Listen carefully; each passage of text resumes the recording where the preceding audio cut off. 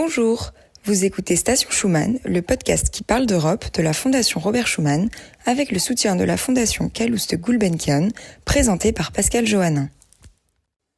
Bonjour, nous accueillons aujourd'hui Valérie Plagnol, qui est économiste, professeure à l'EDEC, qui a longtemps siégé à la Commission de régulation de l'énergie et qui est membre du comité scientifique de la Fondation Robert Schuman. Avec elle, nous allons parler de l'énergie et de la politique énergétique de l'Europe. Et donc la première question que nous allons lui poser, c'est que depuis plusieurs années, et notamment depuis 2002, l'Europe parle beaucoup de souveraineté énergétique et face aux répercussions des tensions actuelles au Moyen-Orient, est-ce qu'elle doit revoir entièrement sa stratégie énergétique ?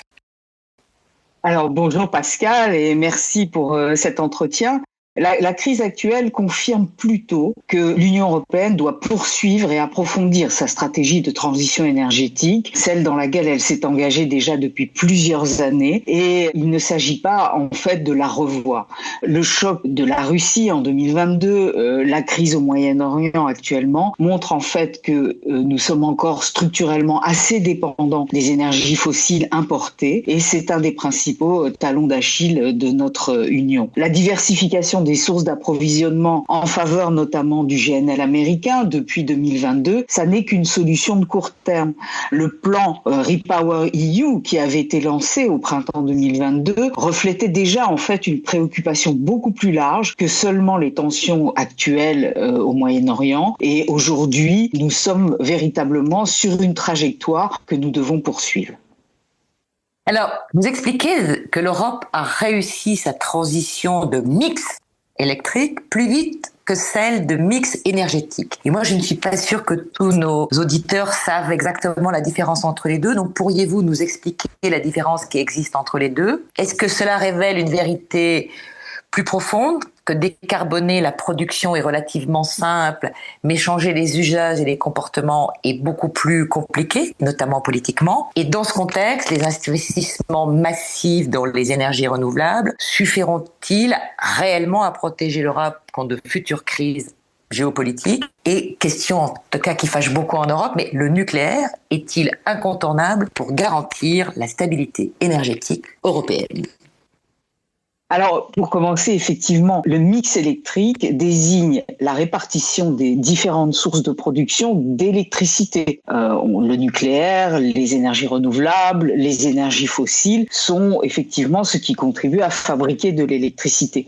Le mix énergétique couvre l'ensemble des énergies que nous consommons, que ce soit dans le transport, pour la chaleur, dans l'industrie, et bien sûr, cela comprend également beaucoup d'énergie fossiles. Donc depuis 10 ans, l'Union européenne a fait des progrès assez rapides du côté du mix électrique. Les renouvelables en 2020 déjà ont dépassé pour la première fois les contributions des combustibles fossiles dans la production électrique, et c'est vrai que le nucléaire reste la première filière individuelle. En 2024, le solaire lui-même a produit plus que le charbon. L'éolien est devenu la deuxième filière derrière le nucléaire et la production à base de gaz a fortement reculé. Donc ça confirme effectivement votre intuition. Il est techniquement et réglementairement plus simple de décarboner des centaines de grandes centrales et d'installations de production électrique que de transformer tout le parc des véhicules automobiles, les chaudières, les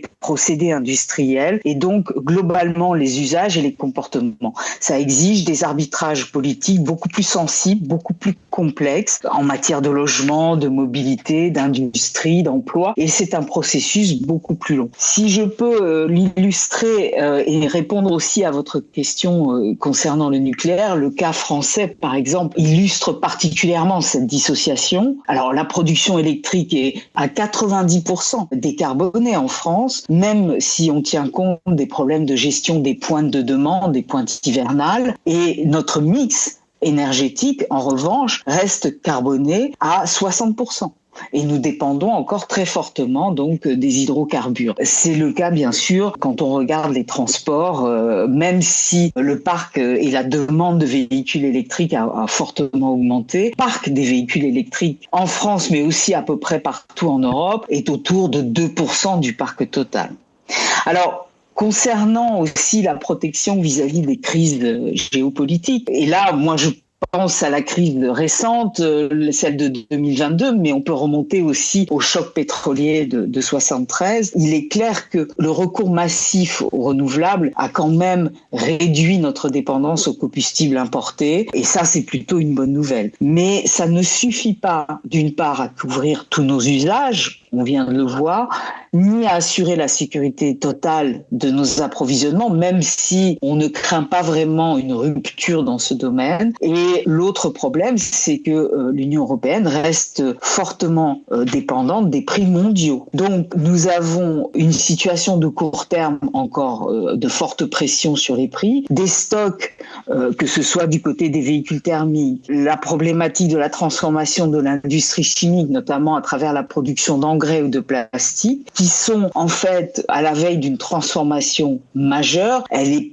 peu entamée, ou pas encore assez, pour nous immuniser de ces chocs extérieurs. N'oublions pas non plus qu'une bonne partie des nouvelles technologies va dépendre de l'énergie, et puis quand bien même on se détacherait des énergies fossiles, et vous le savez, c'est souhaitable, n'oublions pas que d'autres pays nous mettent en état de dépendance. 90% des panneaux solaires, par exemple, sont fabriqués en Chine. C'est aussi le pays qui est le principal producteur des terres rares dont nous avons également besoin. Alors, dernier point que vous avez évoqué, le nucléaire, c'est effectivement la première source de production électrique dans l'UE. Elle n'est pas parfaitement répartie sur l'ensemble des territoires et on a connu depuis la crise de 2022 un regain d'intérêt dans plusieurs pays membres pour la construction, le renouvellement du parc nucléaire. Donc, ça reste effectivement une production pilotable, bas carbone. Ça contribue, et il contribue le nucléaire à la stabilité du système. Il limite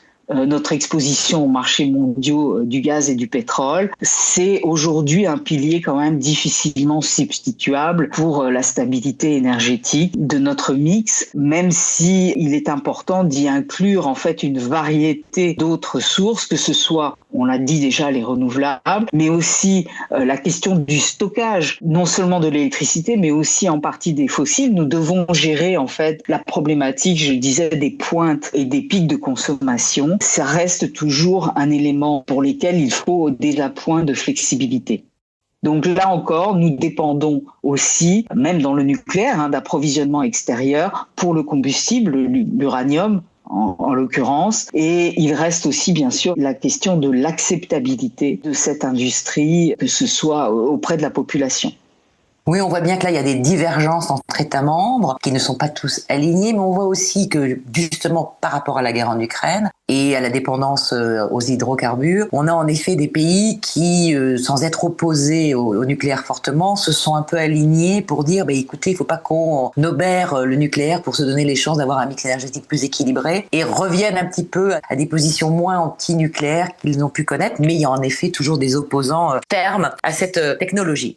Justement, pensez-vous que les démocraties européennes sont capables de planifier une transition énergétique de long terme, alors que tout le système politique reste structuré par l'urgence, le court terme et les questions immédiates comme la hausse du pouvoir d'achat? Quand les prix montent des hydrocarbures, on voit bien que c'est un vrai sujet actuellement. Et donc, les répercussions de ce qui se passe avec le détroit d'Ormuz au Moyen-Orient, est-ce qu'on peut craindre un retour durable de l'inflation énergétique? Et comment les marchés vont-ils réagir à cette inflation? Et est-ce qu'il y a une acceptabilité, comme vous le dites, des populations? Parce qu'il y en a qui ont besoin de leur voiture, il y en a qui vivent dans des endroits où il n'y a pas de transport alternatif. Et donc, est-ce qu'on va pouvoir faire face à cette demande et éviter qu'en effet une peur s'installe ou qu'il y ait des problèmes psychologiques liés à des pénuries éventuelles?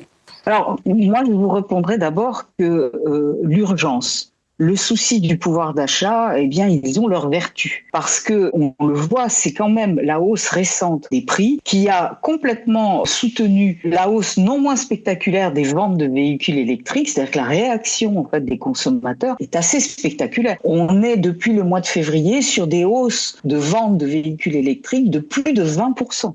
Donc, on voit que Pour moi, c'est justement, je dirais, la vertu des démocraties de répondre par justement l'ouverture au marché et le signal qu'ils donnent, de permettre à leurs citoyens de répondre en fait à des chocs extérieurs et quelque part d'y parer. Alors, l'autre élément, c'est aussi que, alors vous allez me trouver peut-être trop optimiste, mais je suis une euro-optimiste et convaincue. À plusieurs moments dans notre histoire récente, en fait, les démocraties européennes ont démontré qu'elles pouvaient réagir sous la contrainte en mettant en place, d'une part, des mesures d'urgence, parce que c'est vrai que les États interviennent aussi, et je pense pas seulement aux crises récentes, mais aussi aux crises financières que nous avons traversées au milieu des années 2000. Et par ailleurs, de construire en fait des projets de plus long terme, c'est même, j'allais dire, toute l'histoire de l'Union européenne et de sa construction pour aller dans ce sens. Alors si je reviens maintenant à la question de la transition énergétique, ce sont des politiques qui se sont mises en place depuis en fait l'ensemble des COP qui ont validé en fait les enjeux de transition énergétique, et de ce point de vue, l'Union européenne est assez avancée. Elle mène une politique plutôt cohérente qui est fondée sur des moyens d'organisation d'un marché de gros de l'électricité et du gaz, de l'organisation, de la mise en cohérence, de la flexibilité des infrastructures, notamment du côté des interconnexions. Et ça se voit, et on l'a vu pendant les 2 crises que nous subissons et que nous avons subies dans le cadre du transport et de la distribution du gaz, de l'électricité. Je vais prendre un exemple très concret. En 2022, lorsque s'est interrompu le flux gazier en provenance de Russie, en fait, la France a littéralement renversé les flux de gaz qui venaient de l'Est du pays en provenance d'Allemagne vers sa consommation, pour activer en fait une remontée des gaz exportés via ces ports méthaniers vers l'Allemagne qui en avait le plus besoin. Donc c'est vrai, tout ça prend du temps. Les mix énergétiques nationaux sont encore très variés, très dispersés. Vous l'avez dit à propos aussi des questions d'acceptabilité de certaines énergies. Mais quand même, on a une adhésion générale à des objectifs communs. Et ça nous place sur une trajectoire de transition énergétique de plus long terme. Et on voit à quel point cette trajectoire est cohérente avec l'ensemble des enjeux économiques qui se posent aujourd'hui. Et ça, ce sont de réelles avancées. Je vais vous citer un autre exemple. Depuis quelques années, on a beaucoup parlé de la Pologne parce que c'était un pays très dépendant du charbon. Elle a réduit ses émissions de CO2 de plus de 30% en quelques années. Donc c'est quand même un effort considérable. Et ce qui importe finalement, c'est d'une part la constance dans les objectifs affichés et la stabilité des moyens, des réglementations mises en œuvre pour permettre effectivement à l'ensemble de la sphère économique et des investisseurs et des acteurs économiques de s'emparer de ce sujet et de le réaliser. Alors voilà pour une première réponse un peu plus moyen terme. Vous savez, moi j'ai vécu la transition vers l'euro et ça a été un mouvement général qui s'est mené quand même sur plusieurs années. Alors nous sommes au niveau européen, je reviens à la conjoncture un peu plus immédiate, nous sommes beaucoup moins exposés que d'autres pays, notamment l'Asie, aux importations d'énergie et de pétrole, de gaz en provenance du Moyen-Orient. L'Europe importe beaucoup, mais d'autres sources et d'autres zones géographiques. Il n'empêche, ces tensions au Moyen-Orient, l'interruption des flux via le détroit d'Ormuz, en fait, représente, même si elle est plus limitée que ce que l'on pouvait craindre, même si nous avons réduit nos consommation, nous restons dépendants des prix mondiaux, de la demande qui s'exerce dans d'autres régions. Et effectivement, on est loin du choc des années 70. En plus, nous rentrons quand même, et on le sait ces temps-ci, dans la période estivale. Donc la demande aussi énergétique est moindre. Il n'empêche, on reste quand même tributaire de l'ensemble des prix mondiaux. Alors Valérie, merci pour votre optimisme et votre sentiment pro-européen, mais moi, je vois un petit peu une certaine fatigue climatique se mettre en place. On voit même quelque part des mouvements politiques qui rejettent ces politiques de transition. La Commission elle-même semble hésiter sur la mise en œuvre des politique qu'elle a mise en place dans le pacte vert et voulant sembler revenir un petit peu en arrière, ou tout du moins d'aménager un petit peu le calendrier et la rapidité d'exécution pour que ça soit accepté. Et donc, on voit en plus l'intelligence artificielle, et vous avez parlé tout à l'heure, en effet, de l'électrification du modèle qui va nécessiter un nouvel apport énergétique, parce que toutes ces intelligences artificielles sont extrêmement énergivores. Et donc, comment cette transition énergétique européenne peut-elle encore être un projet de croissance, de réindustrialisation, ou est-ce qu'on entre forcément dans une logique de sobriété et d'austérité énergétique?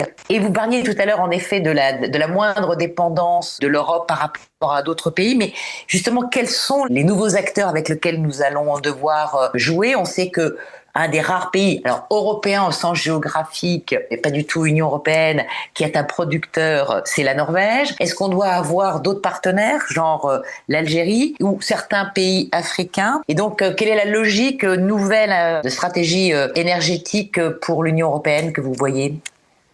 Alors, je reviens sur le premier mot que vous avez employé, la première expression, c'est-à-dire la fatigue climatique. Moi, j'ai l'impression qu'elle a commencé à se manifester avant la crise, en fait. Effectivement, la contestation du coût de la transition énergétique, parce qu'il n'est pas nul, les résistances à certaines mesures, que ce soit l'exigence de rénovation des bâtiments, la question du changement de votre voiture alors qu'elle n'est pas vieille, et le prix de ces voitures, les implantations d'éoliennes et tout ce qui va avec, c'est-à-dire le fameux Not in my backyard, en quelque sorte, a amené beaucoup de doutes et dans certains cas, effectivement, des contestations, alors qui prennent des formes même tout à fait extrêmes, proches du complotisme, quand on regarde de l'autre côté de l'Atlantique. Donc, c'est vrai que c'est compliqué et la question du pouvoir d'achat, d'une manière générale, en dehors de la question de la crise, ça complique complètement l'acceptabilité d'une trajectoire qui serait basée uniquement sur la contrainte et sur la sobriété. La réalité est plus intéressante et à mon avis plus porteuse. D'une part, encore une fois, j'y reviens, l'arbitrage sur les prix, c'est-à-dire la baisse constante du prix des énergies renouvelables d'une part et la hausse récente du prix des énergies fossiles, donc la convergence de ces prix, voire même le dépassement dans certains cas, fait évoluer les mentalités. Aujourd'hui, vous avez, notamment en Europe du Nord, les particuliers sont plutôt tentés, même majoritairement, de souscrire des abonnements pour leur consommation électrique sur dynamique, c'est-à-dire liés à la variation des prix, ce qui leur permet de profiter notamment de la baisse du prix de l'électricité en journée. C'est vrai que ça demande des adaptations. On voit au passé des publicités pour aujourd'hui faire sa lessive en milieu de journée et pas aux heures de pointe. Tout ça, effectivement, demande une adaptation, mais c'est lié autant à l'efficacité énergétique qui fait que notre consommation, en fait, ces dernières années n'a pas beaucoup bougé. Elle est vraiment très stable et on peut dire qu'au regard de l'augmentation des usages, c'est même un peu étonnant, mais c'est lié à cette efficacité énergétique. C'est lié aussi à la hausse des prix et à la crainte au choix de sobriété. Ce qui est peut-être plus difficile, c'est que les politiques de transition climatique amène et devrait amener une compensation. C'est-à-dire que les coûts engagés par les citoyens devraient permettre ou devraient être accompagnés de politiques de compensation budgétaire. Et vous le savez, beaucoup d'États ne sont pas en capacité de compenser ces coûts supplémentaires, que ce soit les rénovations d'habitat qui prennent du temps, que ce soit les questions liées effectivement au changement. Alors quand vous êtes, par exemple, vous êtes alimenté au gaz et puis vous allez passer à une pompe à chaleur, franchement, pourquoi changer ma chaudière à gaz qui marche très bien pour un autre produit qui va me coûter cher, mais qui n'apporte pas d'amélioration particulière dans ma vie. Donc, on est véritablement dans cette difficulté. C'est vrai. Je pense que c'est un peu...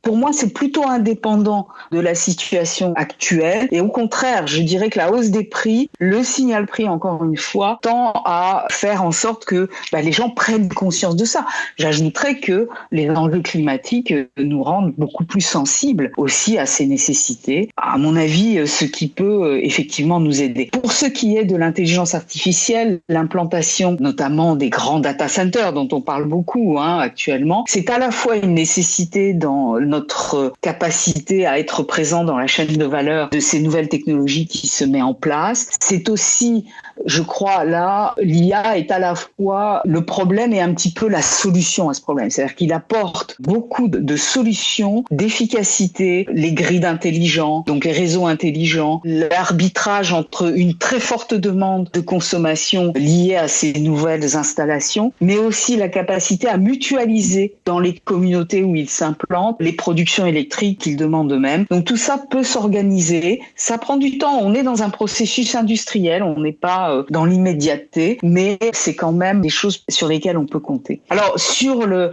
contexte de la diversification de nos approvisionnements, effectivement, on est amené à chercher des partenaires plus sûrs. Encore une fois, la crise de 2022, notamment pour ce qui est du gaz, a conduit à une très forte augmentation de nos importations de gaz naturel liquéfié en provenance des États-Unis. La Norvège était déjà un très important fournisseur de pétrole et pour l'Europe. L'Algérie l'est aussi, est un partenaire important pour l'Union européenne et d'autres pays, et on contribue effectivement aussi à leur développement. Mais encore une fois, nous allons collectivement vers le remplacement des énergies fossiles pour des énergies pour le renouvelable. Alors, Valérie, nous arrivons bientôt au terme de cet entretien et merci beaucoup. Il y a une question, vous avez dit que l'Union européenne avait des atouts. Est-ce qu'elle est réellement armée pour faire face à cette perturbation qui sont, j'allais dire, cycliques, 2022 l'Ukraine, 2026 le Moyen-Orient, est-ce qu'elle sert la prochaine? Et quelles seraient, selon vous, vous qui êtes une observatrice très fine des institutions européennes, quelles devraient être les décisions que les dirigeants européens devraient prendre pour se prémunir de tout nouvel accident énergétique majeur? Alors, au risque de me répéter et de le réaffirmer, il est clair que cette fois-ci, l'Union européenne est beaucoup mieux préparée qu'en 2021-2022, ou encore une fois, mais je remonte un peu loin dans le temps, au choc des années 70, grâce à un certain nombre de mesures d'urgence qui avaient été prises immédiatement. Alors, je vais me référer à une mesure très importante qui a été l'organisation du remplissage coordonné des stockages de gaz. Dès le printemps, nous sommes rentrés dans la période du stockage du gaz pour la période hivernale. C'est très important. La diversification de nos sources d'approvisionnement, là aussi, les mécanismes d'achat aussi en commun qui ont été mis en place sont véritablement des mesures d'urgence qui ont été prises collectivement et qui ont fonctionné et qui fonctionnent. Encore une fois, nous restons collectivement exposés au prix mondiaux, à la concurrence d'autres pays consommateurs, d'autres zones de consommation, et donc nous ne sommes pas immunisés de l'évolution et de la hausse des prix. Donc on voit bien que le risque énergétique, on est pris effectivement entre la question du court terme et les mesures de moyen terme qui prennent du temps et qui prennent aussi beaucoup d'argent. Les décisions de nature urgente, on l'a vu ces derniers temps, j'en ai parlé, c'est coordonner les achats de gaz par exemple, ça s'appelle Aggregate EU. On a vu aussi au niveau national, à peu près dans tous les pays membres, on a préparé des mesures d'aide ciblées aux secteurs particulièrement exposés, aux consommateurs les plus fragiles. On a plafonné les prix, soit directement, soit en baissant la fiscalité.